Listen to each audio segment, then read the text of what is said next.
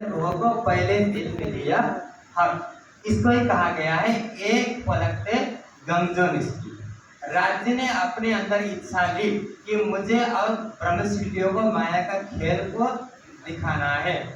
तो अक्षर ब्रह्म के अंदर परमात्मा और परमधाम के अंदर कौन सी लीला करती है वो देखने की इच्छा उत्पन्न हो गई, और परमधाम के अंदर जो ब्रह्म सृष्टियां है उनको ये इच्छा उत्पन्न हो गई। तो दूसरा जो पुरुष है जिसको अक्षर ब्रह्म कहा जाता है कि उनकी सृष्टि किस प्रकार चलती है, उनकी कौन सी लीला होती है, उसको देखने की इच्छा दोनों में अब वहां पर प्रकट हो गया, हो गई 14 पानी। उसके कारण से पूरे परमधाम के अंदर एक परामर्शी का आवरण छा जाता है, क्योंकि एक प्रेम को देखना चाहता है और एक सत्ता की लीला को देखना चाहता है। इस कारण से वही पानी दो पर्वत ढापे दरिया लहर समाए, वही पर्वत दो पर्वत को ढापने का तात्पर्य अक्षर ब्रह्म को भी ढाप लिया और सखियों को भी वहां पर ढाप लिया। और उड़ मक्खी तरवर चढ़ बैठी बोलत अमृतवाणी। जब राज्य ने इस खेल को बनाया तो राज्य ने सबसे पहले धर्म ग्रंथों के अंदर क्या लिखवाया, भविष्यवाणी लिखवाई। 28वें कलयुग के अंदर परमधाम की जो ब्रह्म सृष्टि होगी इस संसार में आएगी, और उनके साथ अक्षरातीत परब्रह्म भी आएंगे और यहाँ आकर के अखंड का ज्ञान देंगे, और जिनके ज्ञान को पा करके सारे संसार को अखंड मुक्ति का ज्ञान मिलेगा और सबको अखंड मुक्ति का सौभाग्य प्राप्त होगा। ऐसा पुराण सब में लिखवा दिया, बाइबल में लिखवा दिया, ताकि बाद में आकर के ब्रह्म सृष्टि ये नहीं कहेगी हमारे आने की भविष्यवाणी धर्मशास्त्र में नहीं है। इसलिए राज्य ने अक्षर ब्रह्म के द्वारा ये जबराइल के द्वारा ये सारा कार्य इस संसार में करा दिया और सारे उद्बोधन कर दिया। बोलो तो अमृतवाणी, अमृत बोली वाणी के नहीं मतलब भविष्यवाणी करना है। यहाँ पर वह मक्खी के मक्खा नहीं बिन पानी करवानी। जो राज्य के आदेश शक्ति है, ठीक है ना, उस मक्खी का कोई मक्खा नहीं है। कहने का तात्पर्य क्या है, अक्षर ब्रह्म के अंदर जब ये खेल देखने की इच्छा उत्पन्न हुई तो राज्य के आदेश मात्र से अक्षर का जो मन है अव्याकृत के द्वारा, अव्याकृत का मन स्वप्न में आदि नारायण के रूप में प्रकट होता है, और आदि नारायण के द्वारा यह सारी सृष्टि की रचना होती है। इस कारण से वहां पर कहने का तात्पर्य है कि बिना पुरुष के छुए ही प्रकृति से सारी सृष्टि की उत्पत्ति हो गई, ये कहने का तात्पर्य है।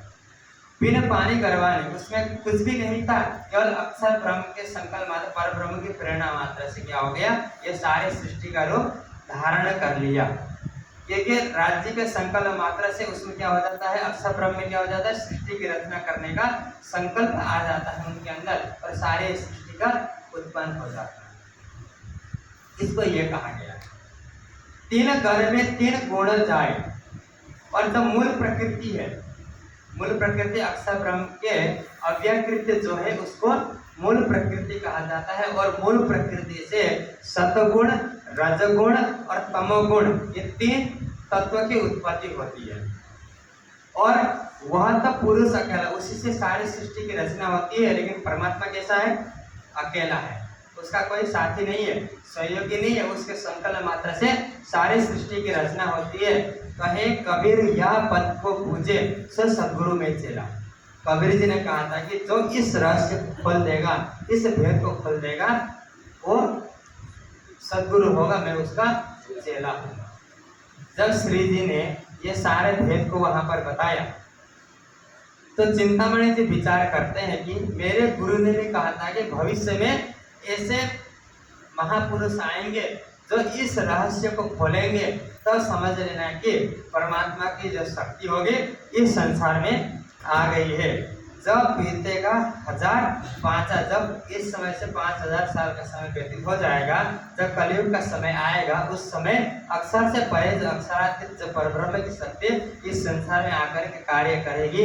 ऐसा जो है मेरा गुरु जी ने पहले ही कहा था, ऐसा उन्होंने अपने मन में विचार किया और उन्होंने खड़े होकर के अपने शिष्यों को कहा, 1000 शिष्य थे, कहा कि मेरे जो गुरुजी ने कहा था ये बात अब यहाँ पर सिद्ध हो रही है कि ये कोई महापुरुष है जिन्होंने सारे रहस्य को यहाँ पर उजागर कर दिया है। इस कारण से अब उन्होंने इतना कुछ समझाने के पश्चात और चिंतामणि जी को सारे तात्विक ज्ञान, तात्म ज्ञान का जो प्रकाश है उनको समझ में आ गया। जो सत्य को परखने वाला होता है वो एक चीज को एक बार सुनने के पश्चात उस चीज को परख लेता है, उसको बार बार परखने की आवश्यकता नहीं पड़ती है। जैसे आंवला क्या होता है, पहले खाने में कैसा लगता है, खट्टा लगता है, लेकिन बाद में मीठा लगता है। इसी तरह से आध्यात्म का विषय ऐसा ही है, पहले सुनने में तो क्या लगता है, ऐसा लगता है कि जैसे कि बहुत बोरिंग हो रही है, नींद आ रही है, नींद आ रही है, जा करके जल्दी से जाकर कंबल ओढ़ करके पंखा चला करके सो जाए। लेकिन धीरे धीरे वो ज्ञान को समझेंगे तो वो ज्ञान कैसा हो जाएगा, आंवले के समान मीठा हो जाता है। तो ये चिंतामणि जी की स्थिति यही थी। पहले तो श्री जी ने बहुत समझाया, फटकार लगाई, समझा, कुछ किया, लेकिन अंदर जिसके हृदय के अंदर तत्व ज्ञान को समझने की क्षमता होगी, एक बार जिसके हृदय में ब्रह्म ज्ञान का शब्द जाकर के चुप गया, वो जाकर के चुप जाकर के धैर्य। श्री जी ने इतना समझा करके श्री जी अब वहां से चिंतामणि जी के घर से निकल करके जहां पर वो निवास करते थे वहां पर वो कहाँ जाना था उनको, मैंने तो पूछा नहीं श्री जी कहाँ चले। और रात भर उन्होंने विचार किया श्री जी कहाँ पर गए हैं। और मैंने पहले कह दिया कि देखो अब मैंने अखंड का वर्णन सुन लिया, मुझे संसार की कोई माया नहीं चाहिए, मुझे कुछ भी नहीं चाहिए, मुझे तो श्री जी के चरण में जाना है और वो महापुरुष की खोज करनी है, वो तो वही है, मैं उनकी खोज में जा रहा हूँ। और चिंतामणि जी ऐसे करते करते वहाँ पर विचार कर रहे थे, उनके मन में विचार आया और वहाँ से वो श्री जी कल्लू मिश्र के घर में गए और वो पौराणिक वक्ता थे, भागवत की कथा करते थे। सोचा कि उनके अंदर भी कोई परम धर्म की आत्मा होगी, उनको भी जा करके कुछ सुना, लेकिन उनसे कोई भी शाब्दिक ज्ञान श्री जी को नहीं लगा कि इनके अंदर कोई परम धर्म की आत्मा है, इनसे कोई परम धर्म की आत्मा की जागृति हो सकती है, इनको उनको नहीं लगा। अब विक्रम संवत 1724 का समय है, श्री जी अब कल्लू भट्ट के घर से निकल करके आगे बढ़ते और चिंतामणि जी के मन में अब खटपट लगा जा करके और श्री जी को घर में जा करके मिलना है। अब उन्होंने पता किया कि श्री जी कहाँ पर गए हैं, किसी ने बता दी कि वो तो कल्लू भट्ट के घर में गए। वहाँ पर जा करके देखा, वहाँ खत्म हो जाता है, सारा अहंकार खत्म हो जाता है और उनके कोई भान नहीं रहता है। तत्व ज्ञान सुन करके 3 दिन जा करके सुनते हैं और वहाँ पर जा करके चर्चा सुन करके उनको बहुत अधिक आनंद आता है। श्री जी सुंदर साथ के साथ बैठे हुए हैं और चिंतामणि जी वहाँ जा करके सुंदर से का नीचे बैठ करके परम धाम के आत्मिक ज्ञान को सुन रहे हैं। उस अलौकिक ज्ञान को सुन करके उनको बहुत अधिक आनंदित हो जाता है, बहुत अच्छे ज्ञान को सुन करके लगता है कि हाँ इनके शरण में मुझे जा करके अपनी आत्मा को जागृति करना चाहिए, ये रहता है। लेकिन क्या होता है कि मेरे तो इतने अधिक शिष्य हैं, इनको छोड़ करके कैसे जा सकता है। संसार में मनुष्य से सब कुछ छोड़ सकता है, लेकिन लोकेशना, पुत्रेशना और वित्तेषणा यह मनुष्य छोड़ना नहीं चाहता है। संसार में अपने पत्नी को छोड़ सकता है, लेकिन मठ में जाएगा तो मठ को छोड़ेगा, छोड़ता है? नहीं छोड़ता। पत्नी तो एक बार खाना दे देगी, वहाँ तो 1000 शिष्य है, वहाँ तो सेवा करने वाले बहुत है, तो उस मठ को कौन छोड़ेगा, शिव सेवा कौन छोड़ेगा। इसीलिए लोकेशना, प्रसिद्धि की कामना करना, मेरे अधिक से अधिक नाम हो जाए, मेरा नाम हो जाए, मेरे आश्रम की महिमा बढ़े, लोग ये चाहते हैं, इसको बस लोकेशना। पुत्रेशना, घर में एक पुत्र को तो छोड़ दिया, लेकिन आश्रम में 1000 शिष्य बना लिए, उसके मुँह तो छूट ही नहीं रहा। क्या मेरे शिष्य मुझे छोड़ करके न चला जाए, क्या शिष्य से दक्षिणा मिलना बंद न हो जाए। पुत्रेशना, लोकेशना और वित्तेषणा, धन संपत्ति की इच्छा। अभी मेरे पास एक कमरा है तो कल 10 कमरे बनने चाहिए आश्रम में, ये क्या है, वित्तेषणा। तो 1000 रुपये दे रहा था तो अब कल से 20,000 देना है, इसको बोलते हैं वित्तेषणा। संसार के धन मोह ममता छोड़ करके भी आश्रम की मोह ममता प्रतिष्ठा में जो व्यक्ति बद जाता है, उसके हृदय के अंदर तत्व ज्ञान का प्रकाश नहीं हो सकता है, ब्रह्म ज्ञान का प्रकाश नहीं हो सकता है। लेकिन जिसने सब कुछ छोड़ करके यदि सत्य को स्वीकार करने वाला व्यक्ति होगा तो सब कुछ छोड़ करके भी तत्व ज्ञान को ग्रहण कर सकता है। तो कहाँ के राजा बनने वाले थे? वो कहाँ के रहने वाले थे? कपिल वस्तु के राजकुमार थे। एक ही तो राजा के पुत्र थे, शुद्धोधन के एक ही तो पुत्र थे। लेकिन क्या हुआ, उनको ऐसा वैराग्य चढ़ा, अपनी पत्नी को, एक छोटा सा बच्चा राहुल को छोड़ करके संन्यास लेकर के भिक्षुक बन गए। किस लिए? तत्व ज्ञान को प्राप्त करने के लिए, शांति को प्राप्त करने के लिए। मनुष्य के बाद यदि अंदर से आत्मिक बल हो तो संसार का कोई रूप, आकर्षण, धन, दौलत मनुष्य को आकर्षित नहीं कर सकता। उनकी खंडनी कर दी। दिन 2-3 लगा, चर्चा सुनी, बनाए, 2-3 दिन वहां रह करके वो चर्चा सुनते हैं। श्री जी ने उनको बहुत अधिक खंडनी की और एकांत पर जाते हैं तो श्री जी से बोलते हैं कि हे धामधनी, इतने सारे शिष्य के सामने मेरे खंडनी नहीं करना है। आप जितने एकांत में सुनाएंगे मैं सुनने के लिए तैयार हूँ, लेकिन शिष्य के सामने मेरी कुछ प्रतिष्ठा होनी चाहिए, मेरा अपमान नहीं होना चाहिए, क्योंकि मेरे पास 1000 शिष्य है। इसीलिए एकांत में आप जितना खंडनी करना हो कर लीजिए। उसी समय पर रात को वहां पर एक किरंतन उतारती है, सुनो रे सत्य बंजारे, कहो एक बात समझाए, और मार डालो काले कुत्ते को। अभिमान रूपी जो काले कुत्ते हैं उसको क्या करना है? नष्ट कर देना है। ये किरंतन का अभाव है। जो गुमान है, जो अहंकार है, ये संसार में सबको अधीन कर रखा है। संसार में ब्रह्मा, विष्णु, माया, जितने देवी देवता है, सबका अभिमान ने अपने अंदर बांध करके रखा है। कोई इससे छूटना नहीं चाहता है। ब्रह्मा जी सत्य है कि मैं सृष्टि की रचना करता हूँ, शिव जी सत्य है कि मैं सृष्टि का श्रृंगार करता हूँ, और विष्णु सत्य है कि मैं सृष्टि का पालन करता हूँ। सबका अपना अपना अहंकार है, कोई अपने अहंकार को छोड़ना नहीं चाहता है। इस ग्रंथन में ये भाव है, ब्रह्मा, विष्णु, महेश से लेकर के सबको, संसार के जितने भी देवी देवता है, जितने महापुरुष है, सबको अहंकार ने अपने बंद में करके रखा है। मैं खुदी, ये जो मैं खुदी है, जो अहम की भावना है, यही तो सर्व गुण संपन्न व्यक्ति को भी क्या कर देता है? कंगाल बना देता है। इस कारण से चिंतामणि जी की यही अहंकार था। जो उन्होंने उस किरंतन को सुना तो भरी सभा में खड़े होकर के श्री जी ने कहा कि देखो, मैं और आप दोनों ही समझेंगे, कोई और नहीं समझेगा। ये किरंतन को सुनने के पश्चात चिंतामणि जी खड़े हो जाते हैं, तब कहते हैं कि मार डालो काले कुत्ते को लाठी सिरा ऊपर। काला कुत्ते का मतलब एक ज्ञान रूपी लाठी से जो मेरे अहंकार है उसको आपने नष्ट कर दिया है। सेवक आगे है तब क्या, मैं खाली कछुआ खबर, अब मेरे पास कुछ भी नहीं है तुम्हारे पास देने के लिए। यदि तुम्हें आत्मज्ञान चाहिए, अपने आत्मा का कल्याण करना हो, तुम भी श्री प्राणा जी के शरण में आकर के तत्व ज्ञान को ग्रहण करो, तात्म ज्ञान ग्रहण करो। अब तो मैं तो इनके शरण में जा रहा हूँ। ऐसा करके श्री जी से उन्होंने तात्म ज्ञान ग्रहण कर लिया।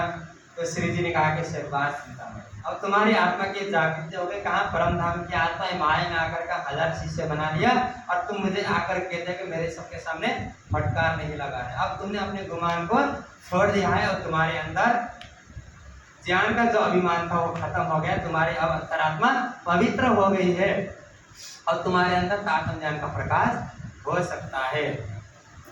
आप कैश्री ताकम इनको ससेवको समेत परेद कराया, 4 बार का एक कबूल कर दिया लेता। और श्री जी कहते हैं कि हे चिंतामणि जी, और आप और आपके जो शिष्य हैं, आप कितने हो गए? 1001 हो गए। और आप तारतम ज्ञान ले रहे हैं, तो तारतम ज्ञान लेने से पहले आपको इन 4 चीज़ों का परित्याग करना पड़ेगा। श्री जी ने इन 4 चीज़ों का परित्याग क्यों कराया? क्योंकि नदी के किनारे पर रहने वाले अधिकतर लोग कैसे होते हैं? शराबी, मांसाहारी होते हैं। इसलिए श्री जी ने उस देश, वेश और परिस्थिति को देखते हुए, क्योंकि उनके शिष्य में सब ऐसे हो, ऐसा तो नहीं हो सकता। इसलिए जिसके हृदय पवित्र होगा, शुद्ध होगा, उसे की हृदय में ब्रह्म ज्ञान का प्रकाश हो सकता है। इसलिए श्री जी ने इन 4 चीज़ों का परहेज कराया। एक पहला चीज क्या कराया? एक हराम का या मांस को, एक तो मांस का सेवन नहीं करना। सबसे पहले मांस, संसार में क्या होता है, मनुष्य सब कुछ छोड़ सकता है लेकिन मनुष्य मांस को नहीं छोड़ता। मांसाहारी व्यक्ति मांस को कभी नहीं छोड़ता। यदि किसी व्यक्ति की मृत्यु हो जाए उसको तो ले जाकर के दफना देते हैं, उसको संसार में ले जाकर के चिता पर रख करके जला देते हैं, लेकिन वही प्राणी को, मरा हुआ प्राणी को खा करके अपने पेट को क्या बनाते हैं, कब्रिस्तान बनाते हैं। बनाते नहीं बनाते? आज पूरी दुनिया मांसाहार में पड़ा हुआ है। ट्रेन में देखिए अंडा मांस के अलावा कुछ नहीं मिलेगा। शुद्ध शाकाहारी भोजन आजकल नहीं मिलता, जहाँ देखो अंडा और मांस। यह हमारे समाज की स्थिति है। इसलिए सुंदर साथ के लिए विशेष रूप से स्थिति कह रहे हैं कि यदि राज्य को प्राप्त करना है, ब्रह्म ज्ञान के शरण में आना है, तो सबसे पहले मांस का परित्याग करना पड़ेगा। क्योंकि जो हम भोजन करते हैं वो तो 2-3 घंटे में पच जाता है, लेकिन जो हमने मांस का सेवन किया, मांस को पचने के लिए शरीर में 36 से लेकर 40 घंटे का समय चाहिए। और जो हमारी जठराग्नि हमारे भोजन को पचा करके शरीर में निरोगता प्रदान करने वाली थी, और जब मांस को बचाने के लिए सारा जठराग्नि लग गई तो हमारी किडनी कार्य करेगी, किडनी फेल हो जाएगी, तो हमारा शरीर सुरक्षित नहीं रहेगा, हम जल्दी मृत्यु को प्राप्त हो जाएंगे। इसीलिए भी मांसाहार हमारे शरीर का अनुकूल नहीं है। जो मांसाहारी जो प्राणी होते हैं उनके दांत लंबे होते हैं, उनके नाखून लंबे होते हैं। क्या हमारे नाखून लंबे हैं पशुओं की तरह? हाँ, क्या हमारे जीभ से लार टपकता है 24 घंटे? नहीं टपकता। ये प्रकृति ने जो कुछ बनाया है वो सोच समझ करके बनाया है। इसलिए मनुष्य के लिए जो शाकाहारी भोजन है वही मनुष्य के लिए सर्वश्रेष्ठ भोजन है। चावल, दाल, रोटी, ये हमारे लिए, मनुष्य के लिए, हमारे पेट के लिए, हमारे स्वास्थ्य के लिए, हमारे जो वातावरण है उसके लिए हमारे लिए भोजन सर्वश्रेष्ठ है। इस कारण से परमात्मा ने मनुष्य के लिए भोजन दिया। जो मांसाहारी है उनके लिए मांस आदि का व्यवस्था की। और जब मनुष्य अत्यधिक तमोगुणी हो गए तो शराब का निवास, शराब पीने लग गए, मांस मदिरा सेवन करने लग गए, तंबाकू गुटखा खाने लग गए। इसलिए मनुष्य ने अपने स्वाद के लिए अलग अलग पदार्थों का निर्माण कर लिया, लेकिन ये सब कुछ प्रकृति की देन नहीं। हमारी प्रकृति जो स्वाभाविक, जो हमारी प्रकृति है शरीर की, इसको स्वीकार नहीं करती है। जो पहली बार शराब पीता है उसको अच्छा लगता है, अच्छा लगता है, लेकिन धीरे धीरे खाते खाते अभ्यास हो जाता है। ये प्रकृति ने हमारे लिए नहीं बनाया, लेकिन हम उसको ग्रहण करते हैं। इसलिए श्री जी ने सबसे पहले कहा एक नियम हराम कया मांस को, इसलिए मांस का सेवन नहीं करना है। दूसरा कहा, दूसरा हराम शराब, दूसरे वस्तु है शराब का सेवन कभी नहीं करना है। शराब को क्या करते हैं, उसको पता नहीं 6-7 महीने सड़ाते हैं, तो उसे कीड़े पड़ जाते हैं, उसको पीस करके शराब का निर्माण किया जाता है। और तमोगुणी है सतगुणी है, सतगुणी है। जब सतगुणी है तमोगुणी है, सतगुणी नहीं हो सकता है। यदि सतगुणी होता तो उसको पीने के बाद मनुष्य को क्या होना चाहिए, आनंद। उसको खाकर तो पता नहीं मनुष्य क्या क्या करता है, उसको नहीं पता जाता कि मैं कहाँ पर हूँ, नाली में पड़ा हूँ, घर में पड़ा हूँ, किसी को मार रहा हूँ, मैं कहीं कूद रहा हूँ, उसको कुछ पता ही नहीं चलता है। मनुष्य की बुद्धि भ्रष्ट हो जाती है, मनुष्य को सत्य की पहचान नहीं हो पाती है, इसलिए मनुष्य की विवेक दृष्टि खत्म हो जाती है। इसलिए मनुष्य का शराब नहीं पीना चाहिए। इसलिए आध्यात्म क्षेत्र में ये तामसिक पदार्थों का इसलिए निषेध किया जाता है। और तीसरी औरत बिरानी तजे मातृवत पर धारेशो पर द्रव्य सुलोष्टवत आत्मा सर्वभूतेशी पश्यति सपंडित। और जो दूसरे की जो पत्नी है उनको माता के समान देखना है, और दूसरे की जो बहन बेटी है उनको अपने पुत्र और बेटी के समान देखना है। और जो दूसरे जो माताएं हैं, जो पर पुरुष होता है, उनको भाई बहन और पिता के तुल्य देखना है। ऐसे हमारे भारतीय संस्कृति के लिए, क्योंकि हमारी दृष्टि अच्छी रहेगी तो हम आध्यात्म मार्ग पर शीघ्रता से आगे सरलता से बढ़ सकते हैं। कहेगा तो परमात्मा के चिंतन में हमारा मन नहीं लग पाएगा। इस कारण से ये सभी चीजों का आध्यात्म क्षेत्र में निषेध किया जाता है, तुम्हें वास्तविक सुख की प्राप्ति होगी। और चौथा कहा जाता है चोरी झूठ बोलना, इनका छोड़िया खुदा का। चोरी और झूठ कभी नहीं करना है, ये पाप करना है। हम क्या करते हैं, मन वचन कर्म से भी चोरी कर लेते, करते नहीं करते, हमें पता नहीं रहता लेकिन हम करते हैं। शास्त्र तो यहाँ कहता है कि अपने आवश्यक वस्तुओं को हम संभाल करके रखें, और उस वस्तु को बिना पूछे अपने ही परिवार के सदस्य को उसको ग्रहण न करें। पति पत्नी है, पति सोचता है कि पत्नी का सामान तो मेरा ही तो है, पत्नी भी सोचती है कि पति का सामान तो मेरा ही है, अधिकार है, हम कुछ भी ले सकते हैं। लेकिन ये भी क्या है, पाप कोटि में गिना गया। हाँ, ये वस्तु नहीं लेना है आपको, तो आपको नहीं लेना है, मन से उसका परित्याग कर देना है। इसको बोलते हैं मन वचन कर्म से चोरी का परित्याग कर देना। जैसे भाई बहन दोनों स्कूल में जाते हैं, भाई सोचता है कि बहन की कॉपी नहीं प्रयोग कर लो, बहन सोचती है कि उसका पेन नहीं प्रयोग कर लो, ये भी क्या है, ये भी चोरी है। यदि भाई अनुमति देता है तो बहन को उसको प्रयोग करना चाहिए, और बहन अनुमति देते है उस कापी को उसको प्रयोग करना चाहिए। इसलिए 3 प्रकार की चोरी थे, मन, वचन और कर्म से चोरी होती है। मन से क्या हो गया, किसी का फोन है, बढ़िया दिख रहा, चलो कोई नहीं कहते, इसको थोड़ा उठा करके देख लेते हैं, ये क्या होगी, मानसिक चोरी। उसने अनुमति नहीं दिया फोन देखने के लिए, लेकिन हम क्या करते, कोई नहीं होगा तो छोटा से उठा करके देख लेते हैं, बहुत अच्छा फोन है, क्या है, मानसिक चोरी। हमने मन से चोरी कर ली, वचन से हम तो स्वयं चोरी करने नहीं जा रहे, लेकिन अपने बेटे करे जाओ पड़ोसी घर में बढ़िया से खरबूजा रखा है, उसको उठा करके ले आओ, घर में है, हम चोरी नहीं कर रहे, लेकिन अपने बच्चों को चोरी का संस्कार दे रहे हैं। हमने नहीं किया, लेकिन हमने तो विचार किया, उसको क्या पता दूसरे घर में क्या रखा, हमने देखा तभी तो बोला कि जाकर के उसको उठा करके ले आना। वचन से चोरी करना, कर्म से मतलब किसी से न कार्य करके स्वयं अपने हाथों से उसको उठाना, इसको बोलते चोरी करना। इसलिए श्री जी ने कहा कि मन वचन कर्म से चोरी नहीं करनी है, न झूठ बोलना है, जो यथार्थ सत्य है उसको बोलना है, जो जैसा पाया बेशक। अब यदि इस प्रकार से 4 कार्यों को यदि हमने मन वचन और कर्म से पूरी तरह से पालन कर लिया तो हम राज्य को प्राप्त कर सकते हैं। यदि इन चारों चीजों का मन वचन कर्म से यदि हमने पालन नहीं किया तो हम राज्य को प्राप्त नहीं कर सकते हैं, राज्य हमसे बहुत दूर हो जाएंगे। और इस कारण से यहाँ पर तारतम्य ध्यान देने के पश्चात सब श्री जी के चरणों में आ जाते हैं, सब तारतम्य ध्यान ग्रहण कर लिया। अब जब 1000 लोगों ने श्री जी के चरणों में आकर के तारतम्य ध्यान ग्रहण कर लिया, इतने बड़े कबीर पंथ के महंत ने आकर ताते वो बात एक जगह रुक सकते, पूरे ठट्टा नगर के अंदर ये चारों तरफ बात फैल गई। और इतना करते करते वहां पर पुष्करण ब्राह्मण करके चतुरा पुकर्ण ब्राह्मण भी वहां पर आकर के श्री जी का आकर के चर्चा सुना। वो कहाँ पर जाते थे, लालदास जी के पास जाकर के। लालदास जी भी भागवत के प्रखंड विद्वान थे, वो भी अपने घर में भागवत करना सुनाना ये कार्य करते, एक व्यापारी होते हुए एक प्रखंड विद्वान। और चतुरा पुकर्ण ने वहां पर जाकर के लालदास जी को जाकर के कहा, लालदास जी आप इतने समय से भागवत की कथा कर रहे हैं, दृष्टि कब खुलेगी, आपको कब अखंड ब्रजराज का दर्शन होगा, उस परमात्मा का आपको दर्शन कब होगा। उन्होंने कहा कि ब्रजराज तो इस संसार से परे है, वो तो अखंड है। इस बात को सुनकर के लालदास जी शोक करते हैं और उनको कहा कि आपने इस ज्ञान को कहाँ से सुना। यहाँ पर एक बहुत बड़े साधु महात्मा आए हैं और उनसे मेरे पास जाकर के रोज जाकर के वहाँ पर अखंड ब्रजराज का ज्ञान सुन करके आता हूँ। तो लालदास जी के अंदर, क्योंकि बहुत बड़े व्यापारी होते हैं, उनके कोई ना कोई शत्रु तो वहाँ पर बैठा ही रहता है, एक तो नहीं होते, बहुत सारे होते हैं व्यापारियों में। एक का बिजनेस बढ़िया चले ज्ञान ग्रहण कर सकता है, तुम जा करके उनको बुला करके लाओ। तो उनको बुला करके लाया और श्री जी के चरण में आकर के प्रणाम किया, उनको जाकर के शांति मिली, वो आकर के भगवत कथा सुनते हैं। वहाँ जाकर के अखंड ब्रजराज का चर्चा सुनते सुनते उनको लगता है कि हाँ बहुत अच्छी चर्चा करते हैं। उनको क्या लगा कि श्री जी बहुत अच्छी चर्चा करते हैं। और इस प्रकार से चर्चा सुनते सुनते सुनते बहुत दिन हो गए।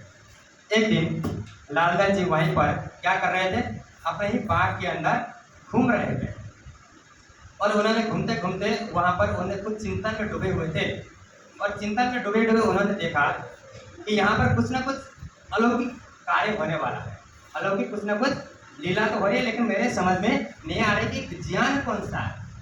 कि उसने कहा कि अखंड जब ब्रजराज से संसार में 5 तत्व नहीं रहेगा, 3 गुण नहीं रहेंगे, कुछ में नहीं रहेगा, तभी अखंड का ब्रजराज रहता है, ये कैसे। वो अपने चिंतन में वहाँ पर डूबे हुए थे। तो धीरे धीरे धीरे अपने चिंतन में वहाँ पर लगे, उनको लगता है कि अखंड का जो ब्रजराज है ये संसार से परे, संसार में तो निश्चित रूप से नहीं हो सकता। मैं भी भागवत पढ़ता हूँ, मैं भी भागवत की कथा करता हूँ। जब सुना दिया कि 14 लोक के ब्रह्मांड जब महाप्रलय में नष्ट हो जाता है तो सारा कुछ संसार में महाप्रलय में नष्ट हो जाता है, तो यहाँ पर तो कुछ भी नहीं रहता है।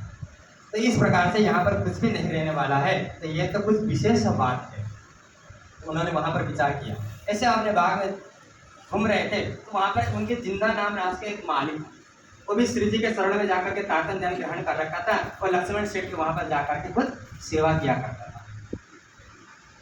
तो घूमते घूमते उनसे भेंट हो गई। उन्होंने कहा कि सेठ जी आप जिनसे मिल करके आए हो, क्या आपने उनके स्वरूप की पहचान भी की है, क्या आप उनका एक संत महापुरुष मान करके आपको वहाँ अच्छा लग रहा है। मैं आपको एक दृष्टांत से समझा तो आपको समझ में आएगी कि वो स्वरूप कैसा है। तब वो जिंदादास जो माली था वो मार्कंडेय ऋषि का कहानी सुना था। जैसे एक मार्कंडेय ऋषि थे, वो अपने ध्यान साधना में नदी के किनारे तल्लीन रहते थे। उन्होंने एक दिन भगवान विष्णु की आराधना की, ध्यान किया। उन्होंने भगवान विष्णु ने आकर के दर्शन दिया और भगवान विष्णु ने आकर के दर्शन दिया और वहां पर उन्होंने दर्शन दिया और उन्होंने कहा कि देखो मुझे माया देखनी, मुझे आपकी माया दिखाई। मैं जितने समय पर यहाँ पर चंदन घिसूंगा उतने ही समय पर मुझे क्या करना है, आप माया दिखा दीजिए ताकि मैं आपको भी आपके चरण में बैठा रहूं और मैं माया भी देख लूं। अब विष्णु भगवान ने कहा कि तथास्तु। इतने समय पर वो माया एक स्त्री के रूप धारण करके कहीं नदी में बहने लग गए। कोई इतने समय पर धारण कर लिया, वो एक कोई धोबी था उसको पकड़ के ले गया और उनके साथ बड़े होने पर विवाह कर लिया। उनके बहुत सारे बच्चे हो गए। धोबी आकर के रोज पीटता था और दुखी होकर के तो मरने के लिए मार करने से तैयार हो गए, फांसी लगा करके अपना कमरा बन करके तैयार है। और एक दिन भगवान विष्णु एक ऋषि के वेश धारण करके चले गए भिक्षा नहीं। तो मार्कंडेय ऋषि सोचते हैं कि चलो ये मरने के समय अभी ये ऋषि को भिक्षा लेने के लिए आना था, कम से कम मरता जाती, कम से कम इतना दुख कष्ट यहाँ पर भोगना पड़ रहा, चलो भिक्षा दे दे फिर मर जाती हूँ। तो ऋषि ने कहा कि मैं ऐसे भिक्षा नहीं लेता हूँ, पहले मेरे से भगवान विष्णु की कहानी सुनना पड़ेगा, मैं कथा सुनाता हूँ, तब जा करके मैं भिक्षा लेकर के जाता हूँ। तो भगवान विष्णु ऋषि के वेश में थे, उन्होंने कहानी सुनाना शुरू कर दिया। पुष्कर भद्रा नदी किनारे पर एक ऋषि तपस्या करते थे। एक दिन उनको माया देखने की इच्छा हुई, उन्होंने भगवान विष्णु की आराधना की। भगवान विष्णु ने प्रसन्न होकर के उनको आशीर्वाद दिया और एक शरीर धारण के धोबी के साथ विवाह होकर उनके बहुत सारे बच्चे, धोबी रोज मारता था, मरने के लिए वो तैयार हो गए। और इससे तो कहते मेरी कहानी है। इतने देर में तो आपने वही कुशभद्रा नदी किनारे पर जागृत उतने समय को मांगा था। हमने 3 बार मना किया लेकिन राज्य ने मना किया, लेकिन हमने 3 बार मांगा था, राज्य ने हमें इस संसार में भेजा और राज्य हमें इस संसार में जगाने के लिए आए हैं। ये मनुष्य तन धारण करके यहाँ पर आकर के जगह जगह सोई ब्रह्म आत्मा को जगा रहे हैं, लेकिन आपने इनको नहीं पहचाना। ये अक्षरातीत परब्रह्म के स्वरूप है।